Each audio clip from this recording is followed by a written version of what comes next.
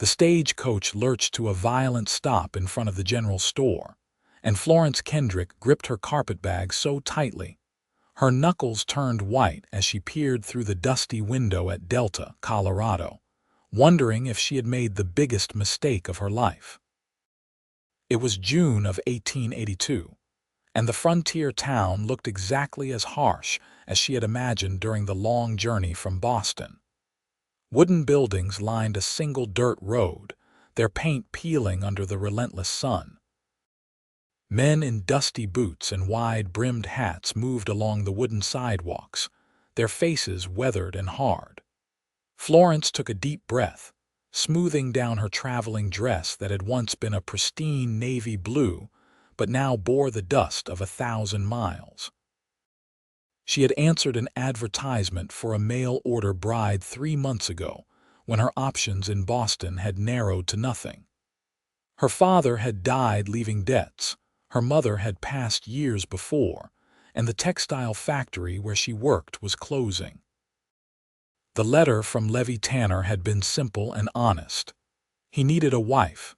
She needed a home. It seemed like a practical arrangement, nothing more.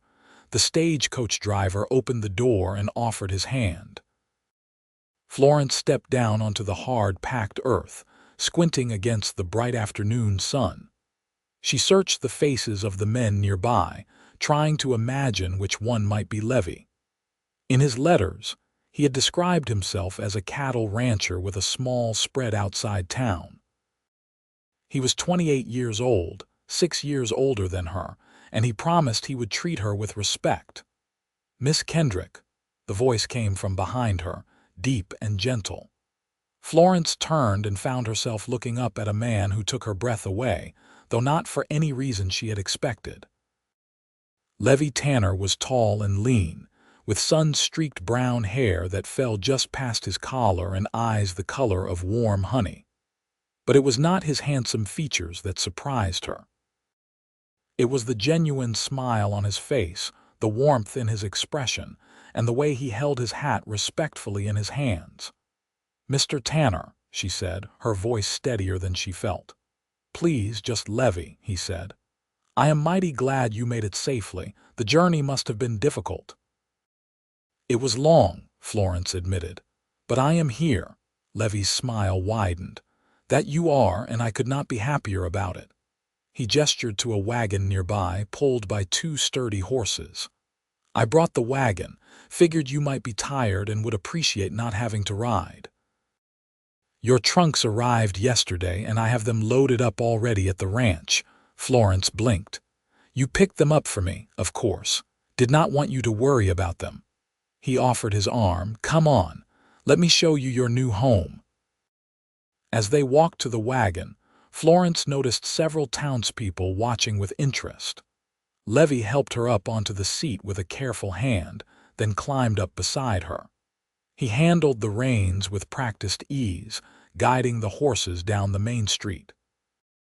"Delta is not much to look at," Levi said as they passed the saloon, the bank, and a small church. "But the people are good, mostly. We have got a doctor, a school teacher, and a sheriff who keeps things relatively peaceful. The railroad came through 5 years ago, which helped the town grow some." "It seems like a decent town," Florence said carefully. Levi glanced at her, and she saw understanding in his eyes. "You are scared. I do not blame you. You have come all this way to marry a stranger and live in a place nothing like what you are used to. I want you to know something, Florence." "May I call you Florence?" "Yes, of course." "I want you to know that I will never force you into anything. We will get married when you feel ready.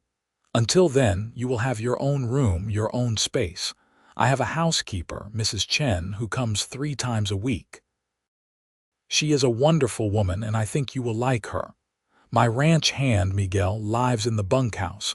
They will both help you settle in." Florence felt something loosen in her chest. "That is very kind of you." "It is just decent," Levi said. "I asked you to come here. The least I can do is make sure you feel safe and comfortable." They rode in silence for a while, leaving the town behind. The landscape opened up before them, vast and beautiful in a way Florence had never experienced. Rolling hills covered in golden grass stretched to distant mountains, their peaks still white with snow. The sky seemed impossibly large, an endless blue dome overhead. "It is so open," Florence murmured. "That is what I love about it," Levi said. "Back east, everything felt closed in. Here you can breathe, you can see for miles, makes you feel like anything is possible." "Where are you from originally?" "Tennessee. My family had a small farm, but there were too many of us boys and not enough land. I came west when I was 18, worked as a ranch hand for 10 years, saved every penny. 3 years ago, I bought my own place. It is not huge, but it is mine." The pride in his voice was unmistakable, and Florence found herself warming to him. He was nothing like the gruff, demanding men she had feared. There was a gentleness to Levi that seemed at odds with the rough frontier, yet he wore it naturally, without apology. The ranch came into view after another 20 minutes. A simple wooden house stood at the center, painted white with green shutters. It was not large, but it looked sturdy and well-maintained. A barn stood nearby, along with a corral where several horses grazed. Chickens pecked in a yard fenced with wire, and a vegetable garden grew beside the house. "This is it," Levi said, pulling the wagon to a stop. "The Tanner Ranch, your new home if you will have it." He climbed down and came around to help Florence. His hands on her waist were gentle as he lifted her down, and he released her the moment her feet touched the ground. A woman emerged from the house, small and wiry with graying black hair pulled into a neat bun. Her face lit up when she saw them. "You must be Miss Kendrick," she said in slightly accented English. "I am Mrs. Chen. Welcome, welcome." "Thank you," Florence said, feeling suddenly overwhelmed by the kindness. "Come inside," Mrs. Chen said. "I have made tea and cookies. You must be exhausted." The inside of the house was clean and simply furnished. The main room served as both kitchen and living area, with a stone fireplace, a wooden table, and comfortable-looking chairs. Bright curtains hung at the windows, and wildflowers sat in a vase on the table. "Your room is upstairs," Levi said, gesturing to a staircase. "There are 3 bedrooms. Yours is the one at the front with the best view. Mine is at the back. The middle room is empty for now." Florence understood what he left unsaid. The middle room was for children if they ever had any. The thought made her blush. Mrs. Chen poured tea while Levi brought in Florence's bags. They sat at the table, and Florence found herself relaxing despite her exhaustion. The tea was hot and fragrant, the cookies sweet and crumbly. "I will show you around the ranch tomorrow," Levi said. "For today, just rest. Dinner will be at 6. Mrs. Chen made a roast." "You do not have to do all this," Florence said quietly. Levi met her eyes across the table. "Florence, you gave up everything you knew to come here. You took a leap of faith on a stranger. The least I can do is make sure you do not regret it. I want you to be happy here. That is all I want." Something in his voice told Florence he meant every word. This was not a man playing at kindness to win her over. This was simply who he was. After tea, Florence went upstairs to her room. It was simple but lovely, with a large bed covered in a handmade quilt, a dresser, a washstand with a pitcher and basin, and a window that looked out over the prairie. Her trunk sat at the foot of the bed. She unpacked slowly, hanging her few dresses in the small wardrobe, arranging her toiletries on the dresser. By the time she finished, the sun was beginning to set, painting the sky in shades of orange and pink. Dinner was a surprisingly pleasant affair. Miguel, the ranch hand, joined them. He was a young man in his early 20s with kind eyes and a quick smile. He and Levi talked about the day's work, the condition of the cattle, a fence that needed mending. Mrs. Chen bustled about, making sure everyone had enough to eat. Florence mostly listened, learning about this new world she had entered. After dinner, Levi walked her outside. The night air was cool and stars were beginning to appear overhead, more stars than Florence had ever seen in her life. In Boston, you could barely see the stars, she said softly. Out here they are like a blanket, Levi said. When I first came west, I would spend hours just looking up at them, made me feel connected to something bigger than myself. They stood in comfortable silence for a while. Finally, Florence said, "Why did you advertise for a mail-order bride? You seem like the kind of man who could find a wife the traditional way." Levi was quiet for a moment. "There are not many single women out here, and the ones who are tend to be looking for gold miners or wealthy ranchers. I am neither. I work hard and I have a good life, but it is a simple one. I wanted someone who understood that, someone who was not expecting luxury or excitement. I wanted a partner, someone to build a life with." He glanced at her. "Your letters were honest. You did not make grand claims about yourself. You just told me who you were, what you wanted. I appreciated that." "I wanted to be practical," Florence said.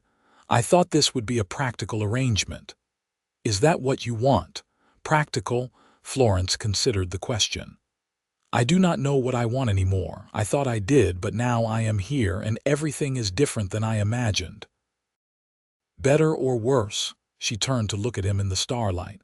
"Better, I think, but it scares me." "Why?" "Because I expected hardship. I expected to have to endure. I did not expect kindness. Kindness is harder in a way. It makes you hope, and hope can hurt." Levi stepped closer, his expression serious. "I am going to make you a promise, Florence Kendrick. Every day you are here, I am going to show you that you made the right choice. I am going to make your life as good as I possibly can. You have known enough hardship. You deserve better." Tears pricked Florence's eyes, but she blinked them back. "You do not even know me. Then I will get to know you. We have time." The next morning, Florence woke to the smell of coffee and bacon. She dressed quickly in one of her simpler dresses and went downstairs to find Levi cooking breakfast. "Good morning," he said cheerfully. "I hope you slept well." "I did, actually." Florence had expected to toss and turn in the strange bed, but exhaustion had pulled her under quickly. "Mrs. Chen does not come on Sundays, so I am the cook today. Fair warning, I am decent but not fancy." They ate together, and then Levi showed her around the ranch. He introduced her to each horse by name, explaining their personalities. He showed her the cattle grazing in the distance, the chicken coop where she could gather eggs, the garden where vegetables grew in neat rows. "I am not much of a gardener," Levi admitted. "Mrs. Chen manages most of it, but if you have an interest, it is all yours." "I have never gardened," Florence said, "but I would like to learn. Then we will learn together." Over the next week, Florence settled into life on the ranch. Levi was true to his word, giving her space while also making her feel welcome. He taught her to ride, patiently leading her horse around the corral until she felt confident enough to go out on the prairie. They rode together in the evenings, watching the sun set over the mountains. Mrs. Chen taught her to cook meals suited to ranch life, hearty stews and roasts that would keep Levi and Miguel fed through long days of work. Florence had been a passable cook in Boston, but Mrs. Chen showed her new techniques, new flavors. They talked while they worked, and Florence learned that Mrs. Chen had come from China 30 years ago with her husband, who had worked on the railroad. He had died 5 years ago, and Levi had hired her when she needed work. "Levi is a good man," Mrs. Chen said one afternoon as they kneaded bread dough. "He does not see Chinese, Mexican, white. He just sees people. That is rare here." Florence had noticed this about Levi. He treated everyone with the same respect, from the bank president to the men who worked on his ranch. It was one of the things she was coming to admire most about him. Miguel was teaching her about the cattle. She learned to recognize signs of illness, how to watch for predators, the rhythms of ranch life. Miguel had grown up on a ranch in New Mexico, and he knew everything there was to know about raising livestock. "Levi says you are from Boston," Miguel said one day as they checked the fence line. "That must be very different from here." "It is like a different world," Florence admitted. "Everything was crowded, noisy. Here there is so much space, so much quiet." "Do you miss it?" Florence thought about it. "I miss some things, but I do not miss the person I was there. I was just surviving. Here, I feel like I might actually be able to live." As the days passed, Florence found herself watching Levi more closely. He was up before dawn every morning, working until after dark, but he never complained. He moved through his work with a quiet competence, always aware of what needed to be done. And despite his long days, he always made time for her. He brought her wildflowers and told her what each one was called. He taught her to identify birds by their songs. One evening, he brought out a guitar and played for her, his voice rough but pleasant as he sang old songs. Another night, he set up a telescope he had saved for years to buy, and they spent hours looking at the moon and planets. "I never had time for things like this before," Florence said as she peered through the telescope at Saturn's rings. "In Boston, I was always working, always worried about money. And now I feel like I am discovering things I did not even know existed." Levi adjusted the telescope for her. "That is how I felt when I came west, like the world suddenly got bigger and more interesting." 3 weeks after Florence arrived, Levi asked her if she would like to go into town. "The church is having a social on Saturday. It would be a good chance for you to meet people, but only if you want to. No pressure." Florence realized she did want to go. She had been so focused on settling into the ranch that she had not thought much about the wider community. "I would like that." Saturday dawned bright and clear. Florence wore her best dress, a green cotton with lace at the collar. Levi wore clean trousers and a white shirt, his hair still damp from washing. He helped her into the wagon, and they made the journey to Delta together. The church was a simple white building at the edge of town. Tables had been set up outside, covered with food brought by various families. People milled about, talking and laughing. Children ran between the tables, playing games. Levi introduced Florence to what seemed like half the town. There was Sheriff Hartley, a gruff man with kind eyes. Dr. Brennan and his wife, Martha, who welcomed Florence warmly. The school teacher, Miss Susan Yates, a young woman close to Florence's age who seemed delighted to meet another educated woman. "You must come to tea," Susan said, gripping Florence's hand. "Please. There are so few women I can talk to about books and ideas." "I would love that," Florence said sincerely. As the afternoon wore on, Florence found herself enjoying the social more than she had expected.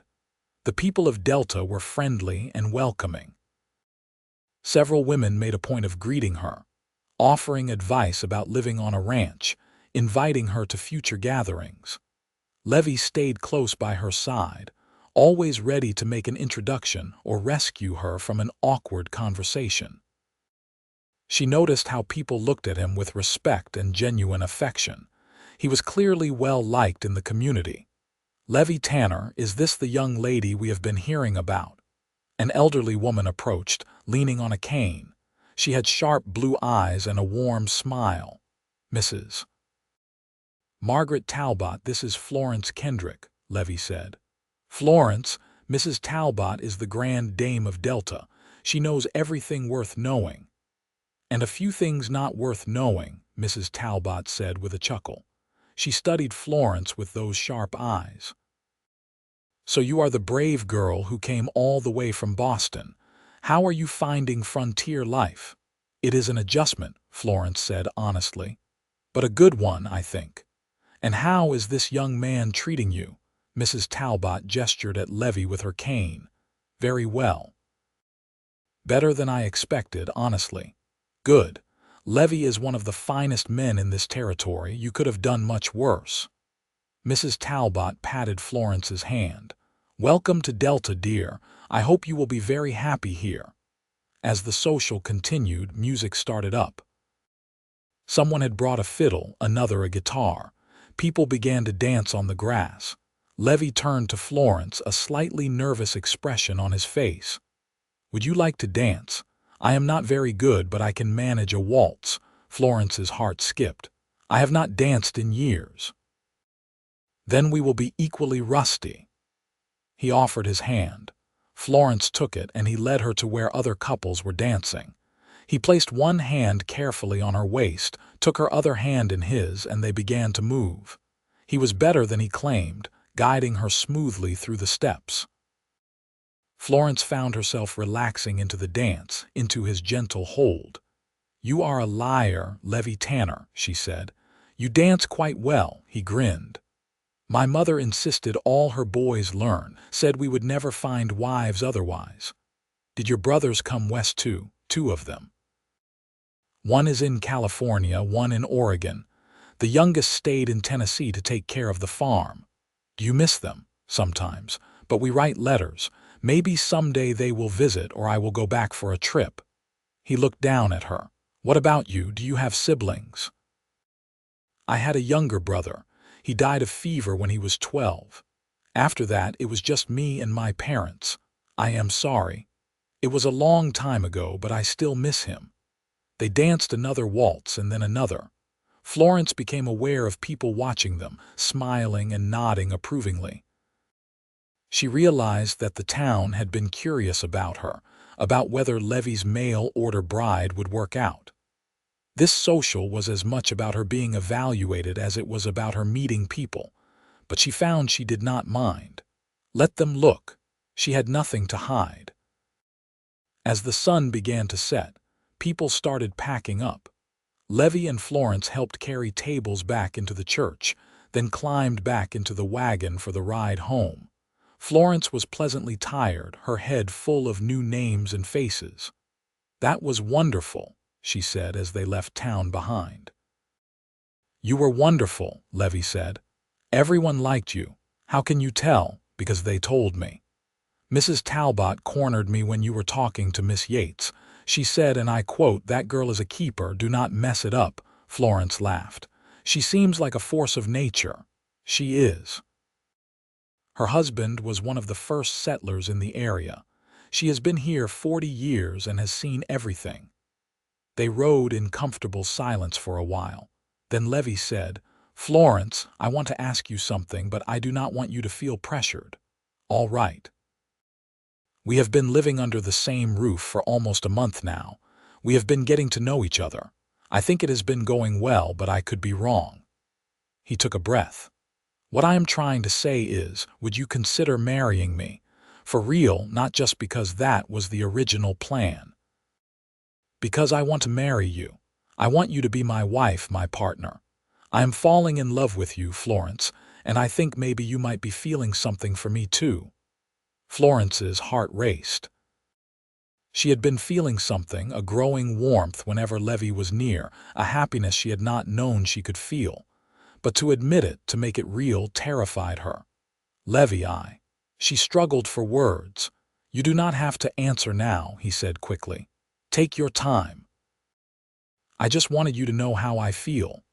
"No, wait." Florence took a breath. "I am scared. I am scared because you are right.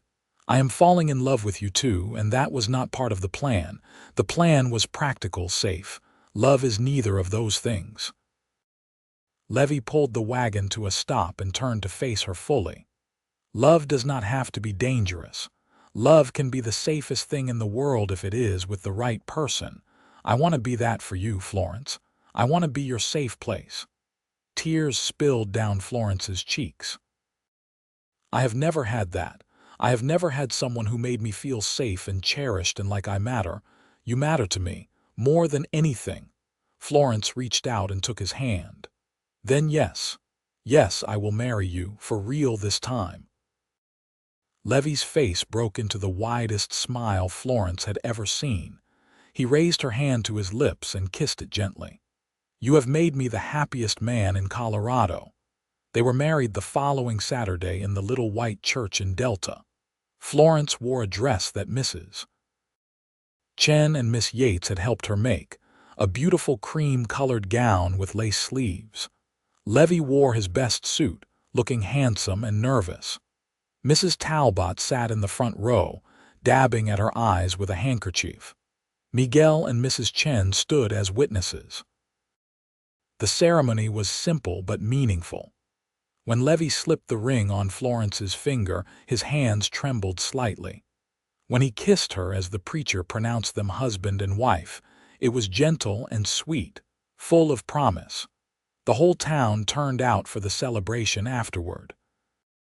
There was food and dancing and speeches. Sheriff Hartley toasted the newlyweds.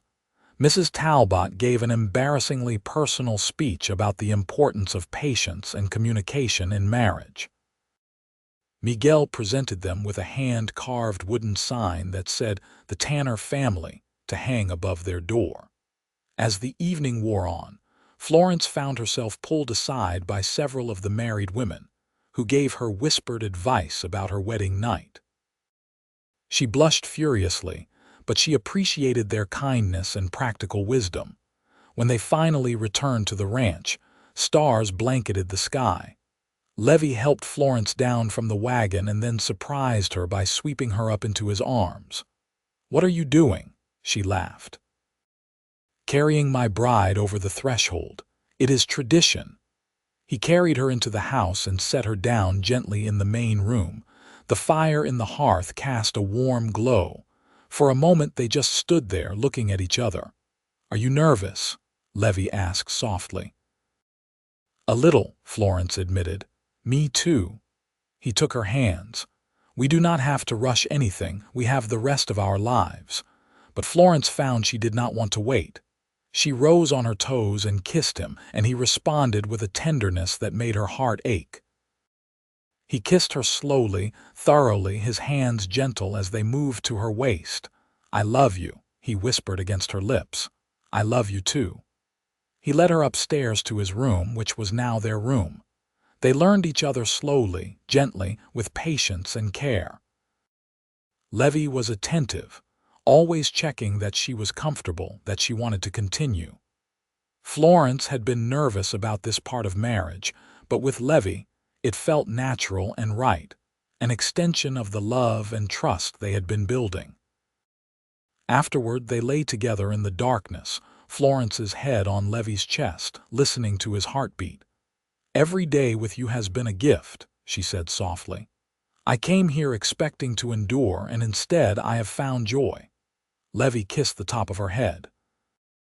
"You gave me the greatest gift of all. You took a chance on me. You trusted me. I will spend every day of the rest of my life making sure you never regret it." The next months were some of the happiest of Florence's life. She and Levi fell into a rhythm, working together to run the ranch, building their life together. They woke early and went to bed late, but the work never felt like a burden because they did it together. Florence discovered she had a knack for managing the ranch's finances.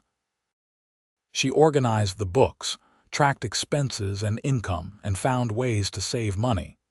She also took over the chicken coop completely, expanding it and increasing their egg production. She sold the extra eggs in town, creating a small but steady income stream. She became close friends with Susan Yates, and they had tea together every Wednesday. Susan lent her books, and they discussed everything from literature to politics to their hopes and dreams. It was a friendship Florence treasured. She also grew closer to Mrs. Chen, who became something of a mother figure to her.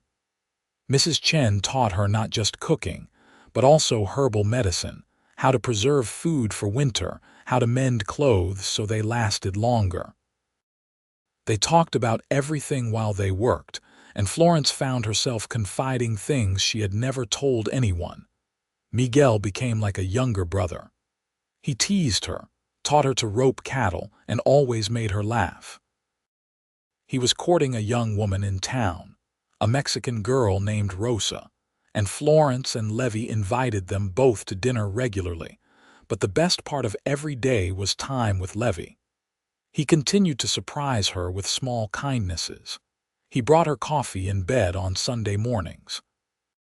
He left little notes for her to find, tucked into the bread box or under her pillow. He carved her a beautiful jewelry box from cedar wood. On their 1-month anniversary, he took her on a picnic to a spot by a stream where wildflowers grew in abundance. "I want to show you something," he said that day, leading her to a flat area near the water. "I have been thinking. I want to build a bigger house here, not right away, but someday. A house with a big kitchen for you, a library for all those books you keep buying, a porch where we can sit in the evenings. A house big enough for a family." Florence's breath caught. "A family, if you want that. I know we have not talked about it much, but I want children with you, Florence. I want to fill that house with laughter and love." He took her hands. "What do you think?" "I think that sounds perfect." That night, they made love under the stars, wrapped in blankets by the stream, and Florence felt like the luckiest woman alive. Autumn came, painting the landscape in golds and reds. The work on the ranch intensified as they prepared for winter. They harvested the garden, preserved food, made sure the barn was secure and well stocked with hay. Florence learned to can vegetables and make jams. She knitted thick socks and scarves for everyone. In October, Florence began to suspect she might be pregnant. She waited another month to be sure before telling Levi. She chose a quiet evening when they were sitting by the fire, her knitting in her lap, him reading a book. "Levi, I need to tell you something." He looked up immediately, hearing something in her voice. "What is it?" "I am expecting a baby. I am almost certain." For a moment, Levi just stared at her. Then he dropped his book and crossed the room in 3 strides. He pulled her to her feet and kissed her soundly before dropping to his knees and pressing his face to her still flat stomach. "Hello in there," he said softly. "I am your papa and I already love you so much." Florence ran her fingers through his hair, tears streaming down her face. "You are happy," he looked up at her. "Happy does not even begin to cover it. You have given me everything, Florence. A home, a family, a reason to be a better man. I love you so much." Dr. Brennan confirmed the pregnancy in November. Florence was healthy and the baby was due in early June. The whole community seemed excited about the news. Mrs. Talbot immediately began knitting a blanket. Mrs. Chen started sewing baby clothes. Susan Yates gave Florence a book about childcare, blushing as she did so. Winter came, bringing snow and cold. The ranch work slowed, and Levi and Florence spent long evenings by the fire, talking about names, about what kind of parents they wanted to be, about their dreams for the future. Levi was building a cradle in the barn, working on it in secret, though Florence knew all about it. Christmas was magical. They invited Mrs. Chen, Miguel, and Rosa to celebrate with them. They decorated a small pine tree with strings of popcorn and carved wooden ornaments. They exchanged simple gifts. Levi gave Florence a locket with a tiny photograph of the 2 of them inside. Florence gave Levi a leather-bound journal so he could write down the history of the ranch for their children. On Christmas night, as they lay in bed, Florence said, "A year ago, I was alone in Boston, terrified about my future. I never imagined I could be this happy. A year ago, I was alone here, wondering if I would ever have a family," Levi said. "And then you stepped off that stagecoach and changed everything. Do you remember that first day? I was so scared. I was terrified too. I kept thinking, what if she hates it here? What if she takes one look at me and wants to leave?" Florence laughed. "I thought you were too good to be true. I kept waiting for the other shoe to drop, for you to show your true colors. And every day you proved me wrong. Every day you showed me that you were exactly who you seemed to be. A good, kind, decent man. Levi pulled her close. You made me want to be that man. You made me want to be worthy of you. Spring arrived slowly, melting the snow and bringing new life to the prairie. Florence's belly grew round, and Levi treated her like she was made of glass. He would not let her do anything strenuous. He hired a girl from town to help with the housework. He fussed over her constantly. Levi, I am pregnant, not dying, Florence said one day in April when he tried to stop her from gathering eggs. I know, but what if something happens? Nothing will happen. Women have been having babies since the beginning of time. I am healthy and strong. She took his face in her hands. I love that you care, but you have to let me live my life, he sighed. I am being ridiculous, or not I, a little, but it is sweet. As June approached, Florence became increasingly uncomfortable. The baby seemed to be using her ribs as a kicking post. She could not sleep well. Her back ached constantly, but despite the discomfort, she was excited. Soon, very soon, she would meet her child. On June 3rd, as the sun rose over the prairie, Florence's water broke. Levi immediately went into a panic, racing around gathering towels and blankets while Florence tried to calm him down. Levi, stop. Send Miguel for the doctor and Mrs. Chen. Then come back here and breathe with me. He did as she said, and then they waited together. The contractions started slowly, then grew stronger. Dr. Brennan arrived with his wife, who had experience as a midwife. Mrs. Chen came right behind them, taking charge of the household. The labor lasted through the day and into the evening. Levi stayed by Florence's side the entire time, holding her hand, wiping her forehead with a cool cloth, encouraging her when she thought she could not go on. You can do this, he said over and over. You are the strongest person I know, just a little more. Finally, as the sun set, Florence gave one last push, and a baby's cry filled the room. Dr. Brennan held up a tiny, squirming infant. It is a boy, he announced. A healthy boy. Levi was crying openly as Mrs. Brennan cleaned the baby and wrapped him in a blanket. She placed him in Florence's arms, and Florence looked down at her son's tiny face, his dark hair, his perfect little fingers. Hello, sweet boy, she whispered. We have been waiting for you. Levi knelt beside the bed, one arm around Florence, one finger held in the baby's tiny fist. He is perfect. You are perfect. Thank you, Florence. Thank you for giving me this. They named him Lucas Matthew Tanner. Lucas after Levi's grandfather, Matthew after Florence's brother. He had Levi's golden brown eyes and Florence's dark hair. He was small but healthy, with a surprisingly loud cry when he wanted something. The first weeks with Lucas were exhausting and wonderful. Florence learned to nurse him, to interpret his different cries, to function on very little sleep. Levi helped with everything, changing diapers, walking the floor with Lucas at night so Florence could rest, taking over as many chores as possible. I love watching you with him, Florence said one night as Levi rocked Lucas to sleep, singing a soft lullaby. He is my son. Of course I am going to care for him. Not all men see it that way. A lot of men think childcare is women's work. Then a lot of men are fools. I am not going to miss a moment of his life if I can help it. As Lucas grew, Levi was true to his word. He was there for everything. First smile, first laugh, first tooth. He built Lucas a cradle that rocked, then a larger crib when he outgrew it. He carved wooden toys. He read to Lucas every night before bed, even when Lucas was too young to understand. The ranch continued to prosper. With Florence's careful management, they were able to expand their herd. They hired another ranch hand, a young man named Tom Willis, who had just arrived from Kansas. Rosa and Miguel got married in a beautiful ceremony, and Miguel built a small house on the property for them. Lucas's first birthday was a grand celebration. Half the town came to the party. Mrs. Talbot gave him a silver spoon she had brought west in her own wagon 40 years before. Susan Yates gave him a set of picture books. Dr. and Mrs. Brennan brought a toy horse on wheels.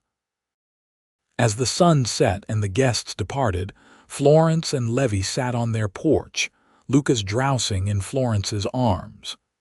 2 years ago, I stepped off a stagecoach terrified of what the future held, Florence said. Now look at us. 2 years ago, I was counting down the days until you arrived, praying you would give me a chance, Levi said. You have given me so much more than I ever dreamed possible. We built this together, this life, this family, and we will keep building. Whatever you want, Florence. A bigger house, more children, anything. It is all possible now. Florence looked at her husband, at her son, at the ranch spreading out before them in the gathering darkness. She thought about the frightened, lonely woman she had been and the confident, loved woman she had become. I do want more children, she said. And yes, eventually a bigger house, but mostly I just want this, us, together. Levi leaned over and kissed her softly. You have me. For the rest of my life you have me. Over the next 5 years, life on the ranch continued to grow and change. Florence gave birth to 2 more children. A daughter named Faith Rose when Lucas was 3, and another son named Henry James 2 years after that. The house felt full of noise and laughter and life. True to his word, Levi built a new house. It took 2 years, working on it whenever he had time, but the result was beautiful. A sprawling ranch house with a big kitchen, a library for Florence's ever-growing book collection, bedrooms for each child, and a wide porch that wrapped around 2 sides. They moved in when Faith was a year old, and Florence cried as she walked through the rooms. Every detail was exactly as she had imagined, designed with love and care. The ranch itself expanded significantly. Levi and Miguel became partners, splitting the profits more equally. Tom married a woman named Alina who had come west with her family, and they built a house on the property as well. What had started as Levi's small ranch became a thriving community of families working together. Florence continued her egg business, which had grown large enough to supply several towns. She also started raising sheep for wool, which she sold to a textile company in Denver. She found she had a good head for business, and Levi relied on her judgment for all major decisions. Lucas grew into a bright, curious boy who loved animals and helping his father with the ranch work. Faith was sweet and thoughtful, always mothering the younger children and animals. Henry was the wild one, constantly getting into mischief, keeping everyone on their toes. One evening in the summer of 1889, 7 years after Florence had arrived in Delta, the whole family sat on the porch watching the sunset. Lucas was 10 now, Faith 7, Henry 5. Levi and Florence sat in their rocking chairs, hands clasped between them, while the children played with a litter of puppies at their feet. Papa, tell us again how you and Mama met, Faith said, a question she asked often. Levi smiled. Well, your mama came all the way from Boston on a stagecoach. I was waiting for her in town, nervous as a cat in a room full of rocking chairs. Why were you nervous? Lucas asked, though he knew the story by heart. Because I was afraid she would not like me or she would not like the ranch. But then she stepped down from that stagecoach, and I knew everything was going to be all right. Why? Henry demanded. Because she was brave. I could see it in her eyes. And I thought if she is brave enough to come all this way, I can be brave enough to show her I will take care of her. Florence squeezed his hand. And he has, every single day. Do you still love each other? Faith asked seriously. More than ever, Florence said. Love grows, sweetheart. The longer you are with someone, the deeper it gets. Are you going to live together forever? Henry wanted to know. Forever and ever, Levi confirmed. Your mama is stuck with me. The children giggled and went back to playing. Florence rested her head on Levi's shoulder. "Did you ever imagine this?" she asked softly. "All of it, I imagine, hoping for it," Levi said. "But this, the reality of it, is so much better than anything I could have imagined. You made every dream I ever had come true, Florence. You did the same for me. I thought I was coming here to survive. Instead, I found out what it means to truly live." They sat in comfortable silence, watching their children play, watching the sun paint the sky in brilliant colors. The prairie stretched out before them, vast and beautiful, full of possibility. In the distance, cattle grazed peacefully. In the barn, the horses were settling down for the night. In the house behind them, their home, there was warmth and love and the promise of tomorrow. Florence thought about the scared young woman who had stepped off that stagecoach 7 years ago. She thought about how Levi had taken that fear and transformed it into something beautiful. How he had made every day a gift, exactly as he had promised.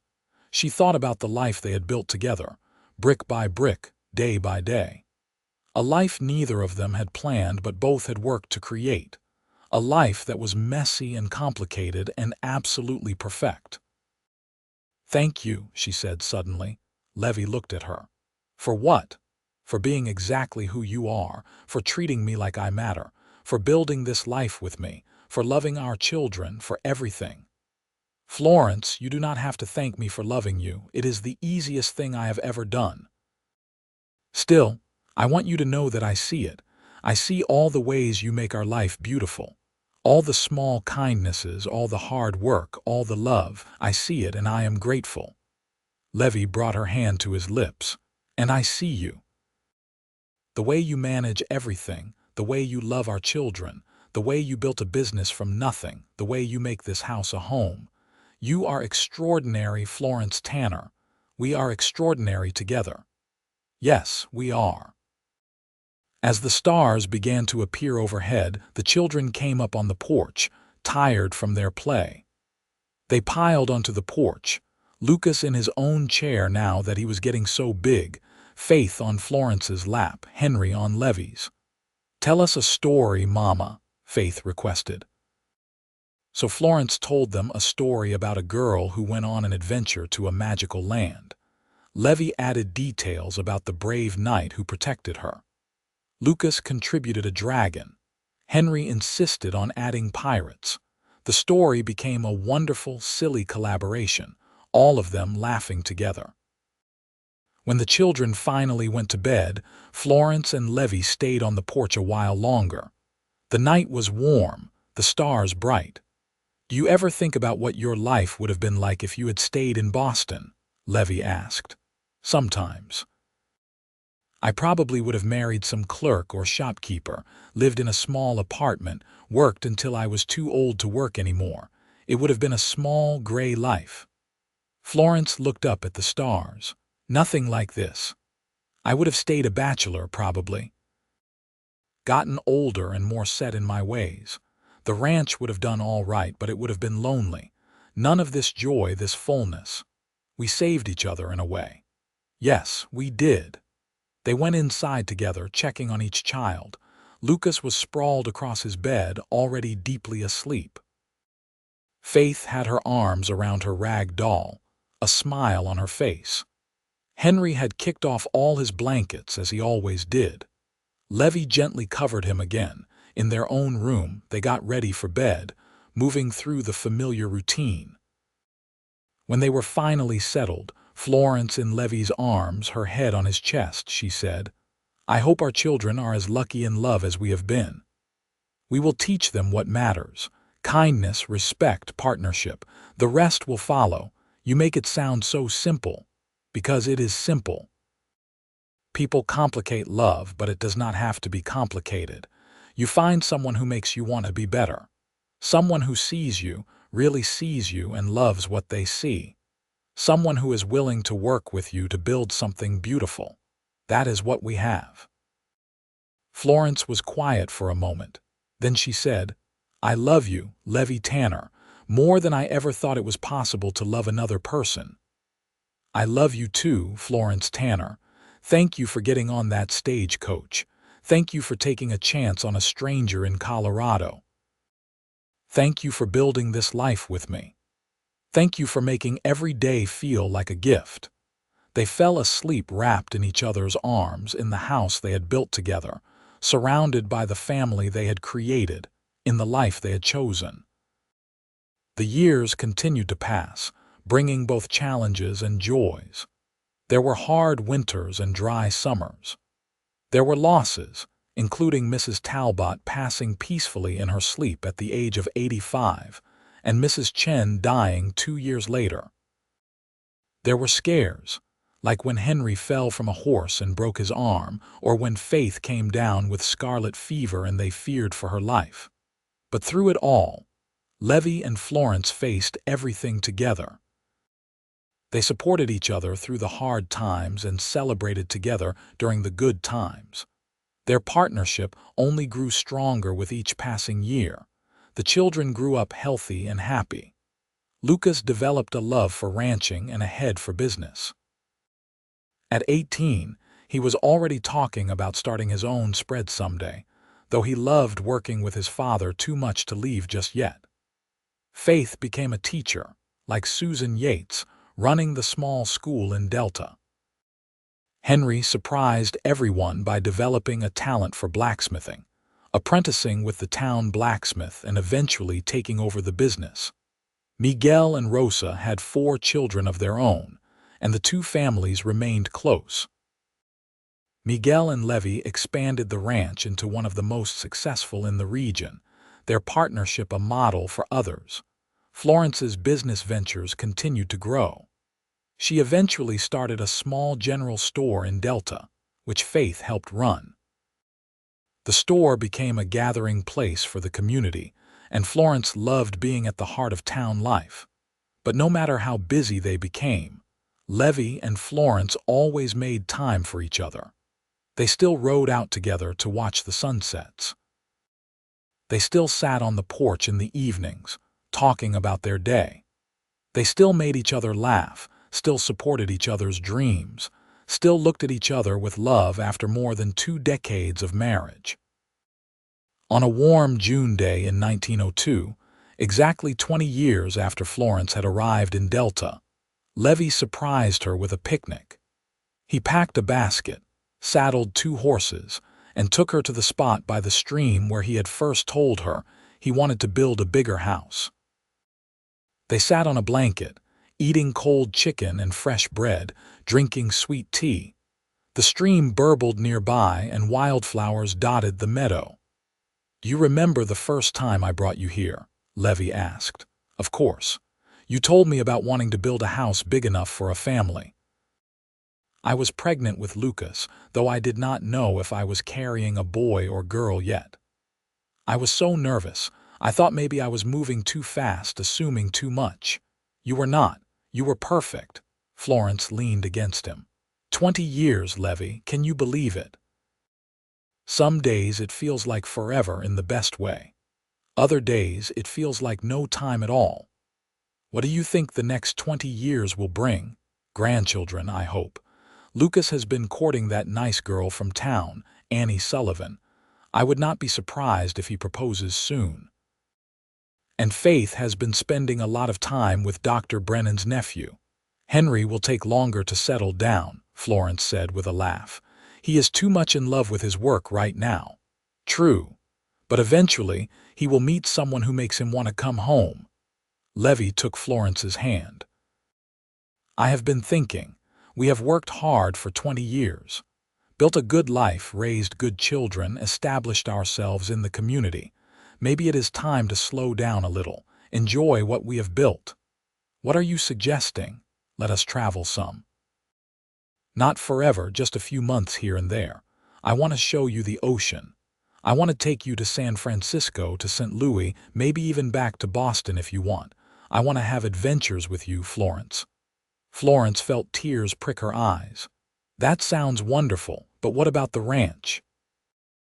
Lucas is more than capable of running it with Miguel, and we would not go far or for too long, just enough to see some of the world together. You would do that, leave the ranch. For you, yes. Florence, you gave up everything to come here. I want to give you the world now if I can." Florence kissed him, tasting the salt of her own tears. "You gave me the world the day I stepped off that stagecoach and you smiled at me. But yes, I would love to travel with you. I would love to have new adventures together." They lay on the blanket, looking up at the clouds drifting across the endless blue sky. Florence thought about the journey that had brought her here, all those years ago. The fear, the uncertainty, the desperate hope that she was making the right choice. She thought about Levi meeting her in town, his gentle smile, his careful respect. How he had made her feel safe from the first moment. How he had courted her even though she was already his mail-order bride, showing her that their relationship would be based on more than just a practical arrangement. She thought about all the small moments that had built their love. The rides across the prairie, the dancing at the church social, the late-night conversations, the way he held her hand when she was in labor, the tears in his eyes the first time he held each of their children. She thought about how he had kept his promise. Every day had been a gift. Even the hard days, the sad days, the days when they struggled because they faced those days together. Because Levi had shown her over and over that she mattered, that she was loved, that she had made the right choice in taking that leap of faith. "What are you thinking about?" Levi asked, noticing her silence. "About how lucky I am, about how you changed my life. We changed each other's lives. You made me into the man I wanted to be. You gave me purpose and joy and a reason to be grateful every single day." They rode back to the ranch as the sun began to set, their hands linked between the horses. When they arrived, they found their home full of family and friends. Lucas had organized a surprise party for their 20th anniversary. The house was decorated with flowers and ribbons. Tables were set up outside, loaded with food. Everyone they cared about was there. Miguel and Rosa with their children. Tom and Alina with theirs. Susan Yates, now married herself with 2 children. Sheriff Hartley, older and grayer but still keeping the peace. Dr. and Mrs. Brennan. Half the town of Delta, it seemed. Surprise. Everyone shouted as they rode up. Florence pressed her hand to her chest, overwhelmed. "Oh my goodness!" Levi was grinning. "Did you know about this?" Florence asked him. "I might have had an inkling." Lucas came forward to help his mother down from her horse. At 20 years old, he was tall and strong, looking so much like his father. "Happy anniversary, Mama." Faith and Henry appeared, both of them hugging their parents. "You all did this?" Florence asked, tears streaming down her face.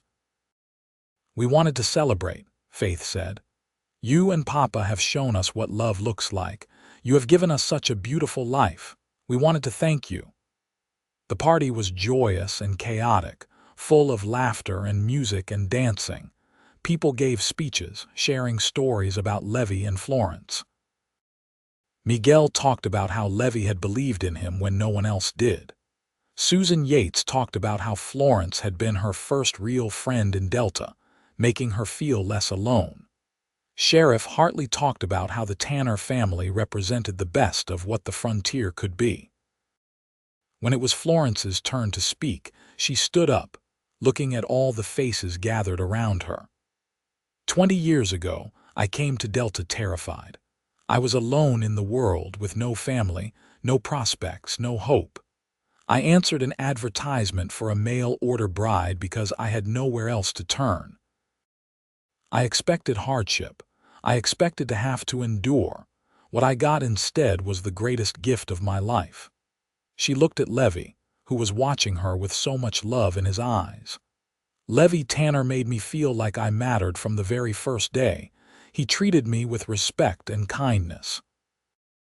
He courted me even though he did not have to. He made me fall in love with him, and then he made sure I never regretted that love. Every day with him has been a gift. Every day, he has shown me what it means to be truly cherished." She turned to her children. "And we built this beautiful family together. Lucas, Faith, Henry, you three are our greatest joy.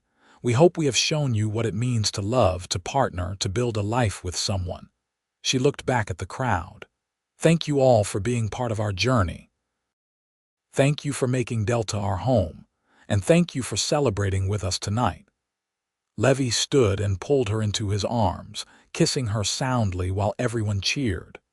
Then the music started up again, and they danced under the stars, just as they had 20 years ago at that church social. As the night wore on and the guests began to leave, Florence found a quiet moment to step away from the crowd. She walked to the edge of the porch and looked out at the prairie, at the land she had come to love. Levi found her there and wrapped his arms around her from behind. "What are you thinking about?" he asked. "About how none of this was in any plan I ever made for myself, about how the best things in life are sometimes the ones we never see coming." "I know what you mean. I thought I was just looking for a practical wife. I never expected to find my soulmate." Florence turned in his arms to face him. "Is that what I am?" "Yes, my soulmate, my partner, my best friend, the love of my life, all of it. I am a very lucky woman, Levi Tanner." "I am the lucky one, Florence Tanner. You took a chance on me and you made all of this possible. Our family, our home, our life. It is all because you were brave enough to step off that stagecoach 20 years ago. And you were kind enough to make me glad I did." They stood together in the darkness, holding each other, listening to the sounds of their family inside the house. This was everything Florence had never known she wanted. This was home, family, love in its purest form. The years after their 20th anniversary were some of the best yet. They did travel, taking trips to California and Missouri, even going back to Boston once so Florence could show Levi where she had come from. But they always came back to Delta, to their ranch, to their family. Lucas married Annie Sullivan in a beautiful ceremony. And 2 years later, they gave Levi and Florence their first grandchild, a boy they named Levi Jr.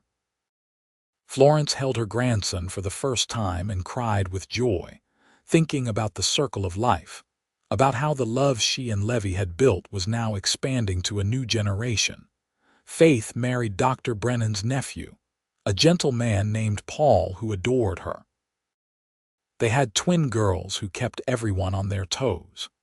Henry eventually fell in love with a spirited young woman named Margaret who ran the general store with Florence, and they married in a simple ceremony followed by the biggest celebration Delta had ever seen. As the years passed and their hair turned gray, Levi and Florence slowed down some. They turned more of the ranch operations over to Lucas and Miguel's oldest son. They spent more time with their grandchildren, teaching them to ride, reading them stories, spoiling them thoroughly. But they never stopped cherishing each other. They still took rides together. They still danced in the kitchen. They still held hands wherever they went. They still looked at each other with the same love that had brought them together all those years ago.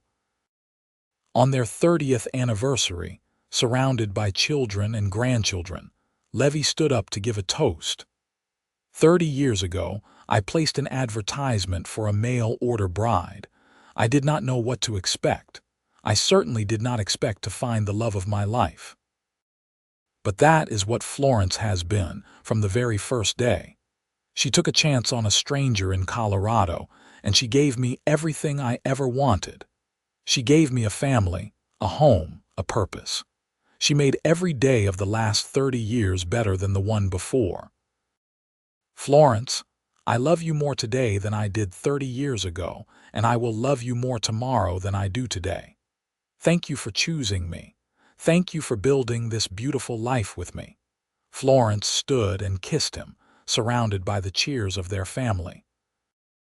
Thank you for making every day feel like a gift, Levi Tanner. I love you with all my heart." As the celebration continued around them, Florence thought about that scared young woman who had stepped off the stagecoach in June of 1882. She thought about how Levi had taken that fear and transformed it into courage, that loneliness and transformed it into love. She looked at her children, all grown now with families of their own. She looked at her grandchildren, running around the ranch that she and Levi had built together. She looked at the community that had embraced her, the friends who had become family. And she looked at Levi, her husband, her partner, her love. The man who had shown her what it meant to be cherished. The man who had kept his promise every single day for 30 years. She had come to Delta expecting harsh frontier life, expecting to have to endure and survive.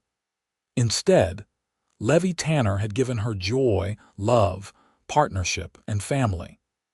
He had made every day a gift, just as he had promised that very first evening when they stood under the stars together. And as Florence stood there, surrounded by everything they had built together, she knew that no matter what the future held, they would face it together. Because that was what they did. That was what they had always done. Together, they could face anything. Together, they had created something beautiful and lasting. Together, they had found home. The sun set over the prairie, painting the sky in brilliant colors, just as it had on that first day when Florence arrived in Delta. But now, instead of fear, she felt only gratitude. Gratitude for the journey that had brought her here. Gratitude for the man who had made her feel safe from the very first moment. Gratitude for the life they had built, brick by brick, day by day, year by year. As the stars began to appear overhead, Levi took her hand and pulled her close. They swayed together to music only they could hear, dancing as they had danced so many times before, as they would dance for all the years to come. "Happy?" he asked softly. "Happier than I ever dreamed possible," Florence replied, and it was true. Every word of it, the end.